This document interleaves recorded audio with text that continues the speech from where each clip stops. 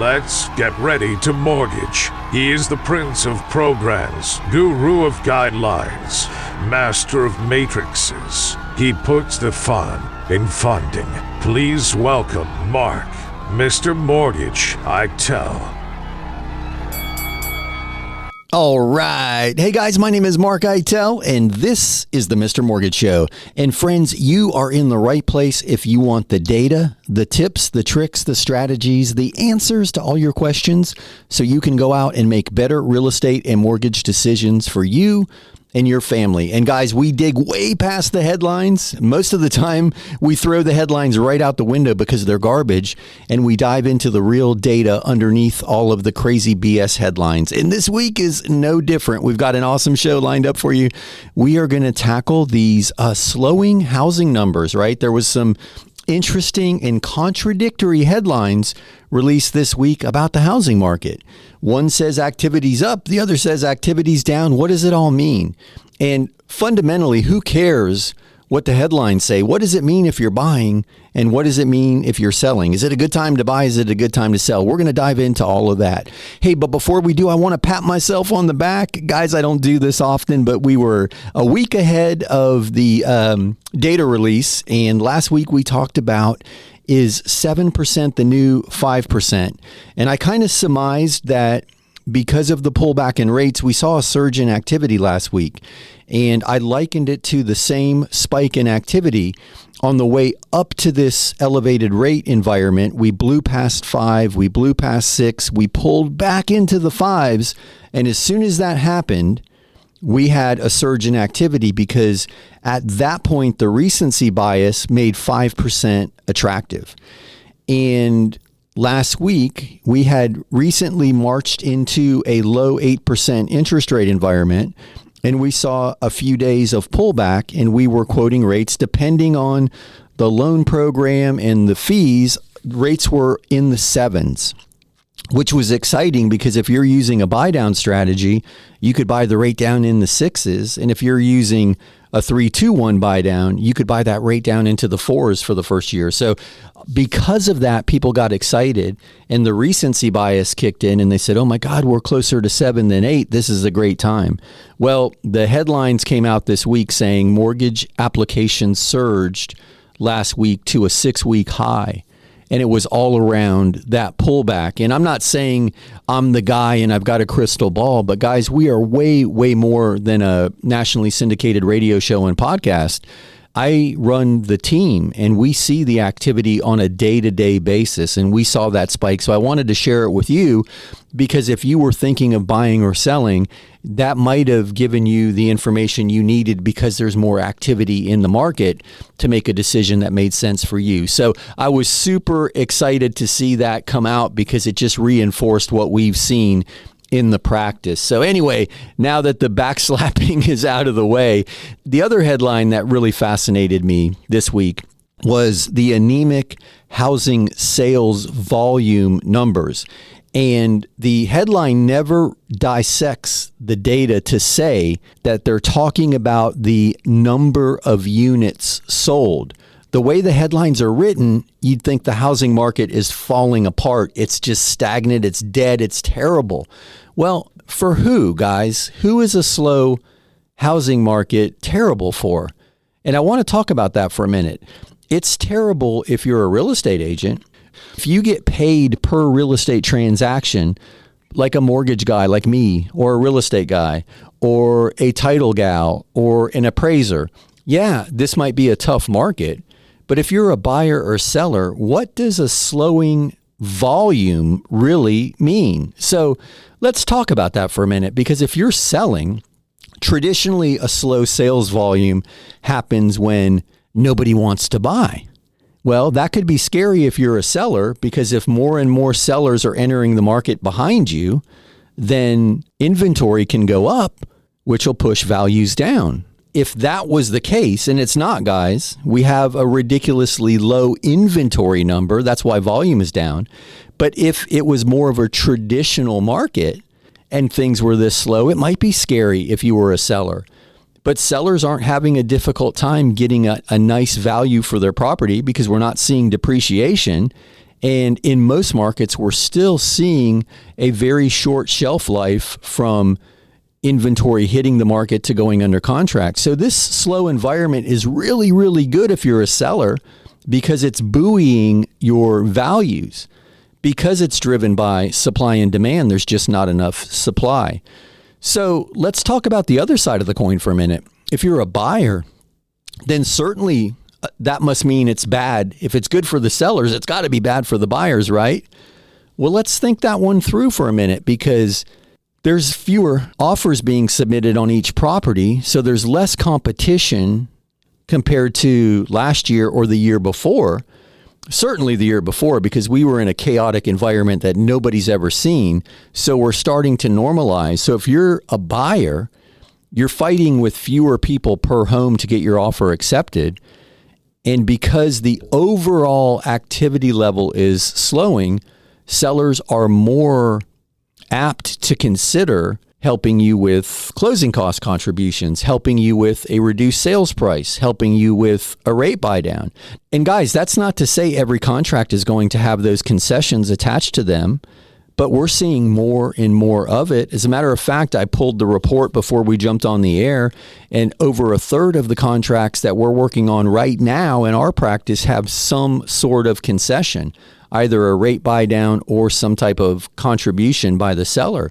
So if I'm a buyer, I'm encouraged by that. But more importantly, I'm encouraged by the likelihood that the value is going to hold, because I think everybody's fear in this interest rate environment that we've been going through is that interest rates are going to topple the housing market. And I don't want to buy and overpay for a property because the values are going to slide. And I certainly don't want to do it at this elevated cost of money. Well, guys, we're 2 years into this environment. As a matter of fact, I published an article on the Facebook group in October 21st, 2021, 10/21/21. I called the bottom of the market rate-wise, and I was a little bit, like 3 weeks ahead of it. And we've been on a steady increase ever since. Well, guys, properties have appreciated ever since that post 2 years ago. So the market's demonstrated that it can live through these elevated environments because it's driven by supply and demand. So as a buyer, I think the most recent 24 months or so is giving me confidence that there's a likelihood that values are going to at least stick and most likely appreciate. Yes, at a slower pace than they did 2 years ago. But guys, housing isn't optional. You hear me say it all the time. You're paying rent or you're paying a mortgage. And you might as well have some gains on the other side of that relationship. And that happens even if homes don't appreciate. We talk about it all the time. If all you do is pay down your principal, you get all the benefits of ownership. And when you sell your property, you have equity in it because you've reduced the principal. So a lot of interesting data supporting that. Is it a good time to sell? Yes. Is it a good time to buy? Yes. And that's a weird place to be, because logic kind of pulls you to the side and says, if it's a good time to sell, that may mean it's a bad time to buy. And if it's a good time to buy, does that mean it's a bad time to sell? And we're in this weird paradox where the data is kind of supporting. It makes sense no matter what side of that equation you're on. And I'm laughing as I'm saying it because it's bizarre to me that there's not really a downside to either one. The downside for sellers is going out there and buying in this environment, because it's still, with this level of inventory, a little more challenging for them to go out and find what they want and be assured that they're going to make that move. But they've got all that equity that they can use to their advantage. So there is an upside to that as well.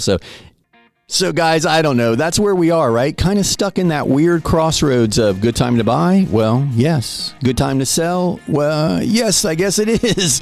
Yeah, it's kind of weird. We're stuck in the middle, right? But anyway, you hear the music. You know what that means? That's my cue.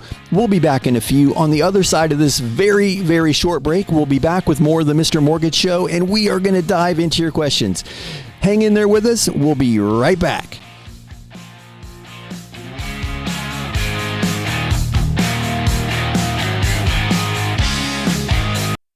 Hey, it's Mark Eitel, host of the Mr. Mortgage Show, and I'm going to interrupt this commercial break to ask you for a favor. If you know any friends, family, coworkers, or the guy in front of you at the grocery line who's talking or thinking about buying or selling or refinancing real estate, I'm hoping I can count on you to help me spread the word, introduce them to me, to the team. You can do that by simply sharing MrMortgageRadio.com. That's MrMortgageRadio.com.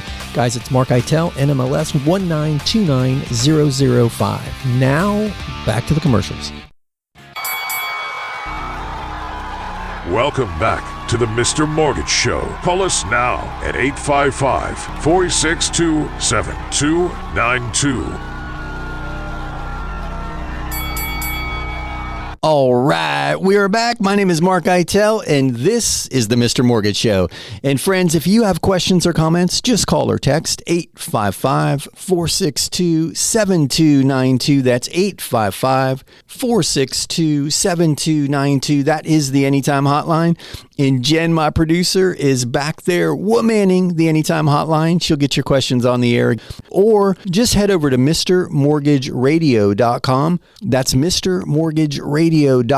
Right in the middle of the page is a big orange button that says Get Your Questions on the Air.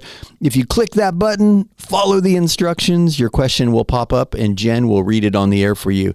But man, I'm super excited to dig right into your questions. I'm wound for sound. I think we had some interesting data released this week. Guys, I hope you found that interesting. I just think that there is so much, if it bleeds, it leads, right? And nobody knows how to write a positive news story anymore. Everything is doom and gloom and end of the world. And I think in the world of the average homeowner that you guys are feeling pretty good. You know, you're feeling pretty good about your equity. You're feeling pretty good about your interest rate. And if you're buying right now, it's because you believe that there's an opportunity and you're likely never going to pay more in a payment. And we talked about that last week, right? Let's talk about that again for 1 second, then we're going to jump into your questions. If the past 25 years is indicative of what is likely to happen in the future, we talked about the data set that my friend Brian was sharing. If you're renting today, you're likely never going to pay less. This is it. It's only going up from here. And if you're buying today, your monthly payment is likely never going to be more, meaning that most people believe there's an opportunity to refinance into a lower payment later. So if renting and buying is in about the same price range, then logic dictates buying makes sense. And if you're selling right now, man, there's still a school of hungry fish waiting for the bait to hit the water. So we're seeing a lot of activity around well-priced, well-maintained homes. So, but with that being said, let's dive right into your questions. Jen, if you have one ready, I am ready when you are. Kristen is asking this one. I have been seeing ads for an equity loan that doesn't require a monthly payment. I think it's called Equity Share. Can you explain what this is?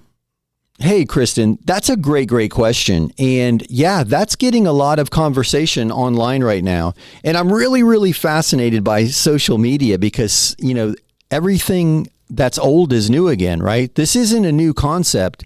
And because it's so unique, there are a lot of people talking about it, right? You know, that's part of that headline culture that we live in. Everybody's looking to grab your attention. So people are talking about these obscure lending programs. So you're right. It's called home equity share or an equity share loan, an equity share relationship. There's all kinds of different names for it. I think there's 4 or 5 companies that I'm aware of that are offering it. But essentially what you're doing is you're selling a percentage of your ownership. So this company that's loaning you the money is doing it in exchange for a percentage of the property's value and a percentage of future appreciation. And it can be quite costly compared to other loan options if you evaluate it purely from a cost of money standpoint. But you're right.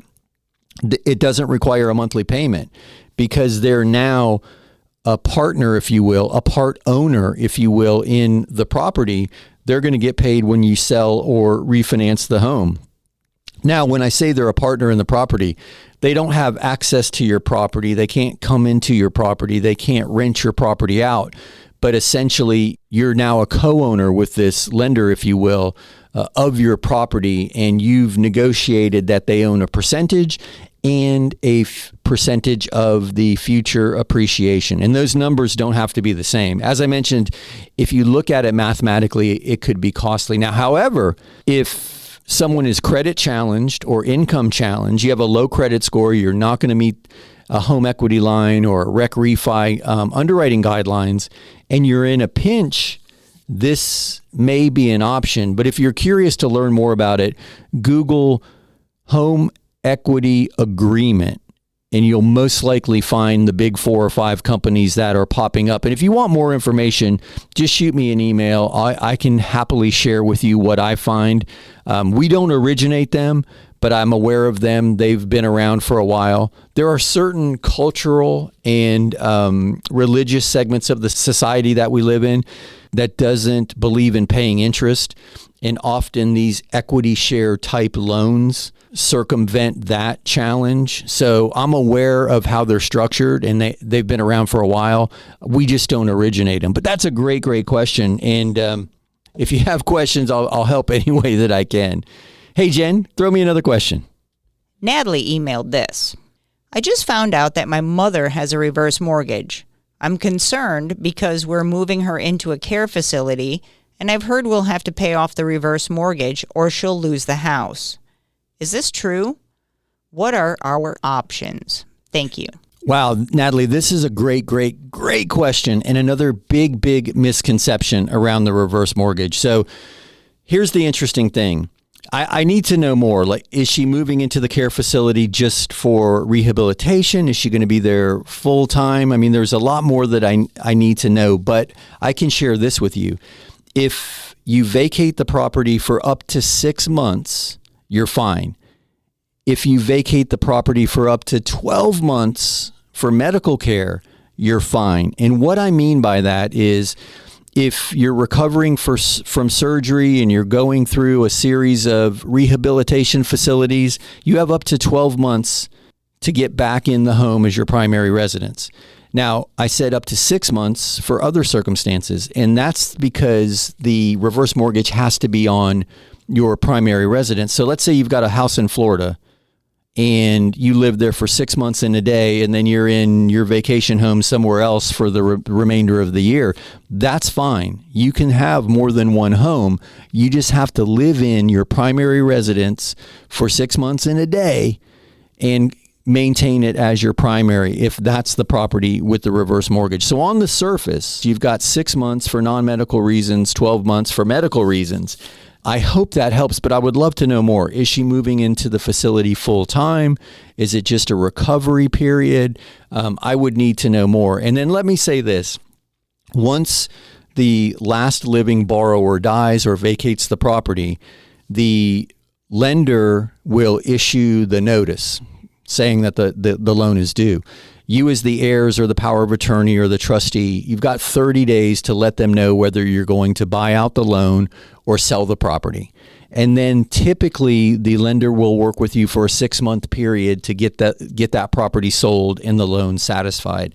So rarely, unless there's been some other activity behind the scenes, is it ever a give me a check or give me the keys type of ultimatum. So exhale, because you likely have time, and call me or shoot me an email and let's set up a phone call, because I would love to walk you through the next steps, and I would need to know a little bit more information. But great question. I appreciate that one. Guys, we touched on reverse mortgages a couple weeks ago, and I had a lot of questions off the air about it. So I'm always open to discussing it. So great question, Natalie. I appreciate that.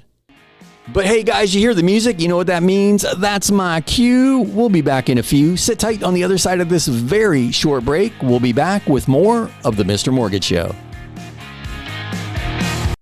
Hey, it's Mark Eitel, host of the Mr. Mortgage Show, and I'm going to interrupt this commercial break to ask you for a favor. If you know any friends, family, coworkers, or the guy in front of you at the grocery line who's talking or thinking about buying or selling or refinancing real estate, I'm hoping I can count on you to help me spread the word, introduce them to me, to the team. You can do that by simply sharing MrMortgageRadio.com. That's MrMortgageRadio.com. Guys, it's Mark Eitel, NMLS 1929005. Now, back to the commercials. Welcome back to the Mr. Mortgage Show. Call us now at 855-462-7292. All right, we are back. My name is Mark Eitel, and you are listening to the Mr. Mortgage Show. And you heard the man. That number is 855-462-7292. That's 855-462-7292. That is the Anytime hotline, and you can call or text that number with your questions or comments, 855-462-7292. Or head over to MrMortgageRadio.com. That's MrMortgageRadio.com. And right in the middle of the page, just under my ugly mug, is a big orange button that says Get Your Questions on the Air. If you click that button and follow the instructions, your questions will pop up on our end, and Jen will read them on the air for you. But man, we had some great questions to kick off the show, and I know Jen's got some more back there, so let's keep them rolling. Go ahead, Jen. Armando shot us a text. Last week you said I can't use a personal loan for a down payment. I was thinking I would borrow against my 401k. Is this any different? Hey, Armando, this, my man, is a great question. And I thought that conversation last week might have confused some people because if I remember correctly, the question stemmed from someone who had a personal line of credit that they wanted to use for a down payment. So it was like an unsecured personal loan, if you will. That is borrowed funds. You can't go out and borrow the money for a down payment. However, that being said, you're borrowing against an IRA or a 401k or your stock portfolio or an equity line in the case of buying an investment property. You can do that. And the difference is that's your money. You're borrowing against your saved funds. So yes, you're absolutely correct. And I greatly appreciate you bringing this up because we kind of only told half the story last week. If you're borrowing against your portfolio or retirement account or equity in your property, then you can use those funds for a down payment. Now, the only caveat is the payment against that loan will be calculated into what's called your debt to income ratio. So you've got to be able to afford that loan as well as the mortgage. And the other thing to consider is that it'll reduce the value of your assets. Part of the mortgage underwriting calculations are what asset position is left after you buy the house, because they want to make sure you've got what's called reserve funds, meaning you're not zeroing everything out to get in this house because then you're not going to have the money for the unforeseen things. They want you to have, in most instances, somewhere between 3 and up to 24 months reserves, depending on the loan program and the scenario. But Armando, thank you so much for paying attention last week and then bringing that up so we could finish the thought. Great question. Hey, Jen, throw me another one. Ginger wants to know. My insurance company dropped us and I can't find an affordable option. What happens to our mortgage if we go without insurance? Well, so Ginger, this is interesting because it's affecting more and more people all over the country, primarily in the high-risk areas like the hurricane zones and the fire zones in California. But everybody's feeling the pinch of insurance, so you're not alone in this one. But you can't go uninsured if you have a mortgage. So the mortgage requires that you carry insurance to the value of your loan amount or the replacement cost of your property, whichever is less. So there's a calculation that is standardized that the insurance company can run to determine the replacement cost of your property. So whatever's lower, the loan payoff or the replacement cost is what's considered your minimum insurance. And then the second part of that, why it's not really an option, is they're just going to force place your insurance. If you think the rates that you're seeing now are high, force placed rates can be astronomical.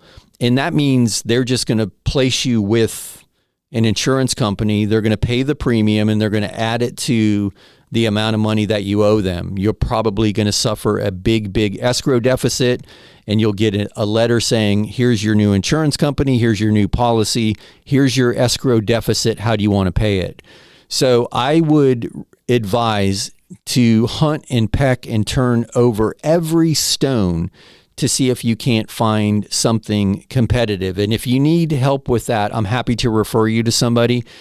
We've got a group of insurance agents that are, as aggressive as anybody that we found, and they're saving people money. But nonetheless, do your homework, try to figure it out, because you don't want to get force placed. If you have a mortgage, insurance is not optional.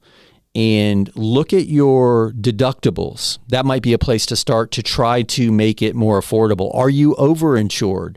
Have you gotten really, really granular with your policy and see exactly where, if anywhere, you can cut back on some of the coverages just to meet the minimum requirements to avoid that force-placed insurance? It's not a pretty picture. The numbers are quite scary when you get the force-placed premium. So that's why I'm so passionate about trying to figure it out. And I'm happy to help. I can get you in touch with an insurance agent who may or may not be able to help, but at least it'll give you another option. So I appreciate you bringing that one to the table. Guys, going uninsured if you have a mortgage is not an option. They're going to force place you, and that is the most expensive coverage you're ever going to pay for. And I've seen it really lead to unaffordability, because the next thing is, I can't pay that. Now what am I going to do? Am I going to miss a payment? Does that start the foreclosure process? Do I sell now? And it's a mess. So do whatever you can do to find insurance. It's that serious, guys. It really is that serious. So everybody needs to be aware of that. So I appreciate you bringing that one to the air. Hey, Jen, do you have another question? Michael sent us this email. I watched your Rec Refi video, and I don't understand how I can qualify for this loan if we were denied a home equity line by my bank. Can you explain this? Hey, Michael, great question. Thank you for checking out the video. And that's the debt consolidation loan, right? Reduce, eliminate, and consolidate. So what happens, Michael, is when you go get an equity line, you heard me mention it earlier about the debt to income, right? You've got your gross income, and they take all the debts, and that's a percentage of your gross income. So if you're doing a debt consolidation loan and you're going to pay off a car payment and 2 credit card payments and a boat payment if you're in Florida. I don't know why I always throw the boat payment in there. I guess because I'm a Floridian. I don't know. But nonetheless, if you're going to pay off all of that consumer debt with the Rec Refi, we get to take all of that debt out of your debt to income calculations now. Now we'll pay that off at closing with the proceeds from the loan. The lender is assured that you're going to pay that off because it's handled at the closing table. So with the equity line, that's not how it works. That's counted as new debt.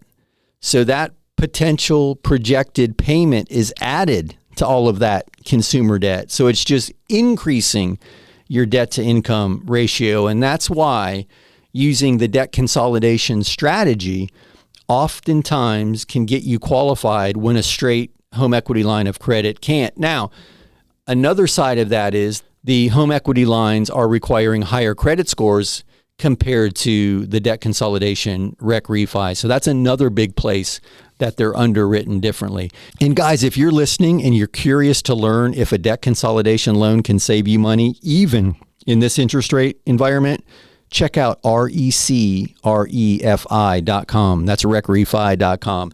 But I appreciate that question. It's a good one. Basically, we're allowed to take the debt that you're going to pay off with the proceeds of the loan right out of the equation up front, because we know we're going to pay those at the closing table. So that's the big reason you have a better debt to income ratio with a Rec Refi.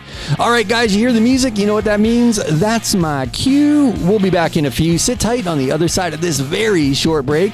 We'll be back with more of the Mr. Mortgage Show. Hey, it's Mark Eitel, host of the Mr. Mortgage Show, and I'm going to interrupt this commercial break to ask you for a favor. If you know any friends, family, coworkers, or the guy in front of you at the grocery line who's talking or thinking about buying or selling or refinancing real estate, I'm hoping I can count on you to help me spread the word, introduce them to me, to the team. You can do that by simply sharing MrMortgageRadio.com. That's MrMortgageRadio.com. Guys, it's Mark Eitel, NMLS 1929005. Now, back to the commercials. Welcome back to the Mr. Mortgage Show. Call us now at 855-462-7292. All right, we are back. My name is Mark Eitel, and this is the Mr. Mortgage Show. If you've got questions or comments, just call or text 855-462-7292. That's 855-462-7292. That is the Anytime Hotline. Or head over to mrmortgageradio.com. That's mrmortgageradio.com. Click that big orange button that says Get Your Questions on the Air. Follow the instructions and your question will pop up on our end and Jen will read it on the air for you. But speaking of Jen reading questions, let me toss it her. You ready? Okay, go ahead. Greg has this problem. Okay, so I know this was dumb, but we bought a house 18 months ago and didn't do an appraisal or inspections. Now we find out the addition wasn't permitted and our bank won't give us a HELOC. Can we sue the seller? We paid cash and there were no agents involved. We did buy title insurance, if that helps. Wow, man, oh man, oh man. Greg, I hate to hear this. I am so bummed that you're in this situation. This is exactly what I was warning against during the pandemic when everybody was waiving their rights to appraisals, to inspections. It was crazy. The title insurance part of it, that's not going to help. The title insurance would help if there was like an unrecorded lien or something pops up. I don't even know that homeowners insurance would pay a claim against an unpermitted structure that was damaged. So you're in a very precarious position, not to mention what is the cost to cure going to be, because you're likely now going to have to go through the process of getting it permitted, getting it inspected. And I don't know, you say it was an addition. If it was a ground up addition, that might get expensive with engineer reports. And I don't want to make more of this than it is. You're already in a tough situation. As far as the suing, I would imagine, but I can't say that for a fact because I'm not an attorney. I don't play one on TV and I didn't sleep in one of those fancy hotels last night. So I really shy away from legal advice. Now, I would ask this. Did the seller provide you a disclosure document? Because you mentioned there were no agents involved. And if there were, it's pretty typical that a seller's disclosure is part of the contract package. And in that disclosure, the seller discloses known defects, and certainly an unpermitted addition would have to intentionally be non-disclosed, and there could be some malicious intent there. But I don't know. I would like to know a little bit more. I would be happy to point you in the direction of a real estate attorney in your location. We have several attorneys in our network in locations all over the country. I'd be happy to refer you to somebody that might be able to answer the questions more concisely. But man, guys, this is just another reason why you want to look under the hood and test drive the car before you buy it. I'm old fashioned that way. This whole waving thing, you're not in a parade. You don't need to be waving at everybody. You need to protect your butt so that on the other side of this, everybody wins. So man, I hate that you're in this, but I appreciate you reaching out to us. Hey, Jen, throw me another question. Lisa used the website. We're going the manufactured home route for our first home. It's the only affordable option right now. I've heard there are limitations as far as mortgages go. What should we look out for? And of course, we'll call you when we're ready to buy. All right, Lisa, thank you for that. And we will be ready to help when you are ready to move forward. Super excited for you. And man, manufactured homes aren't what you remember them being. This ain't grandma's trailer park. I'm sure you're going to find a place that you'll love. But back to your question for a minute. Limitations. So I think you'll find there are fewer limitations than you might think. And this is another weird place where there is a lot of misconceptions. And it could have stemmed from COVID, because during COVID, there were overlays placed on manufactured homes from the lender standpoint. And guys, an overlay is a temporary, more restrictive guideline put in place by a lender. So Fannie Mae and Freddie Mac and the VA and FHA, they write the guidelines, and it's up to the lenders to abide by the guidelines so they can sell the loans through the wholesale channels. Now, occasionally, a lender will put an overlay in place to limit a certain type of loan program from coming through their portfolio. Maybe they have too many of them. So overlays were common on manufactured homes during COVID, but all have been lifted. So the two things you're going to want to watch out for if you're looking for the widest availability of loan programs, one is the age. So in the summer of 1976, they changed the manufacturing requirements and the installation requirements for the properties. So anything after that date, these other loan programs are eligible for. You'll want to check the date. Make sure, I say 1977 to be safe, 77 or newer, and do you own the land? Because in some of these communities, you own the structure, but you rent the land.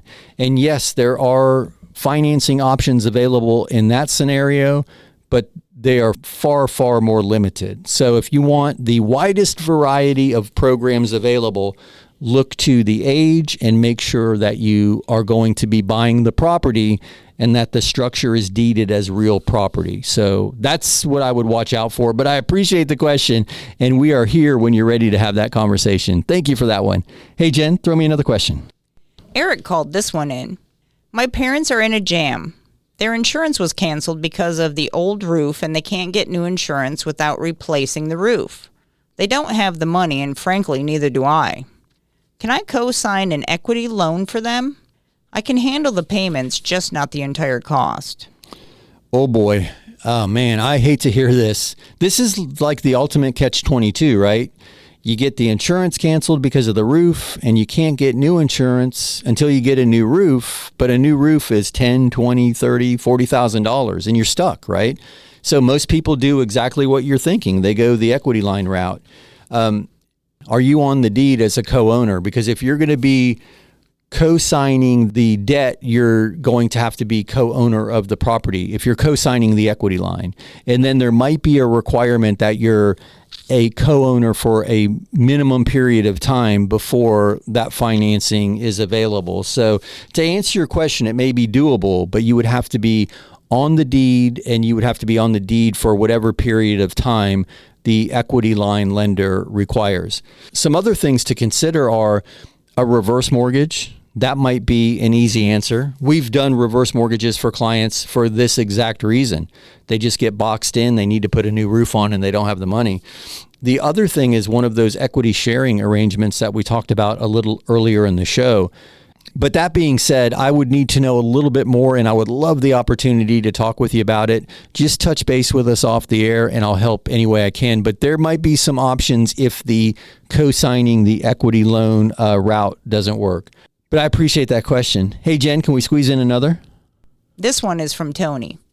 How many people can be on one mortgage? There are 6 of us, 3 couples, who want to go in on a vacation house that we'll also use as an Airbnb.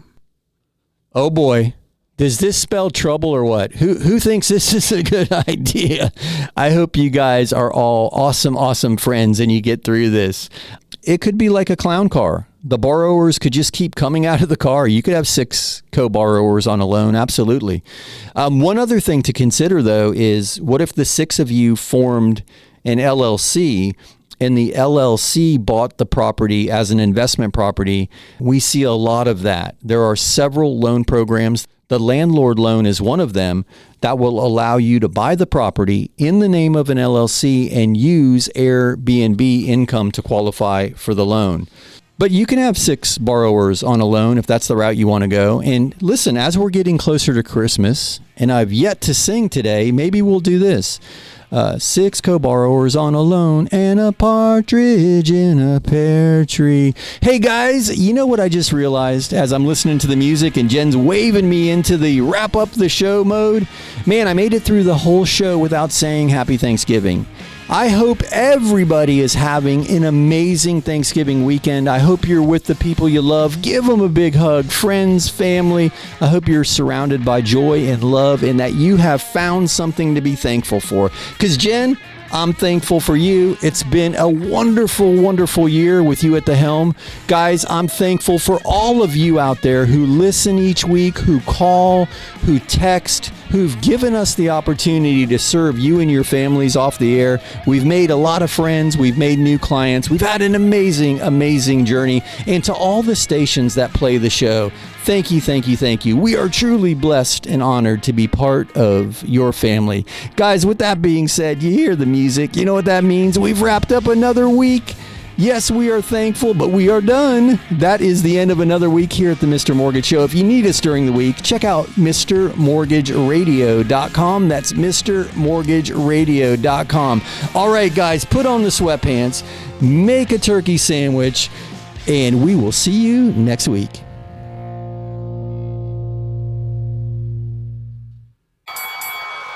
That's a wrap. Join Mark Eitel next week for more thrilling, edge-of-your-seat discussions about real estate and mortgages right here on The Mr. Mortgage Show.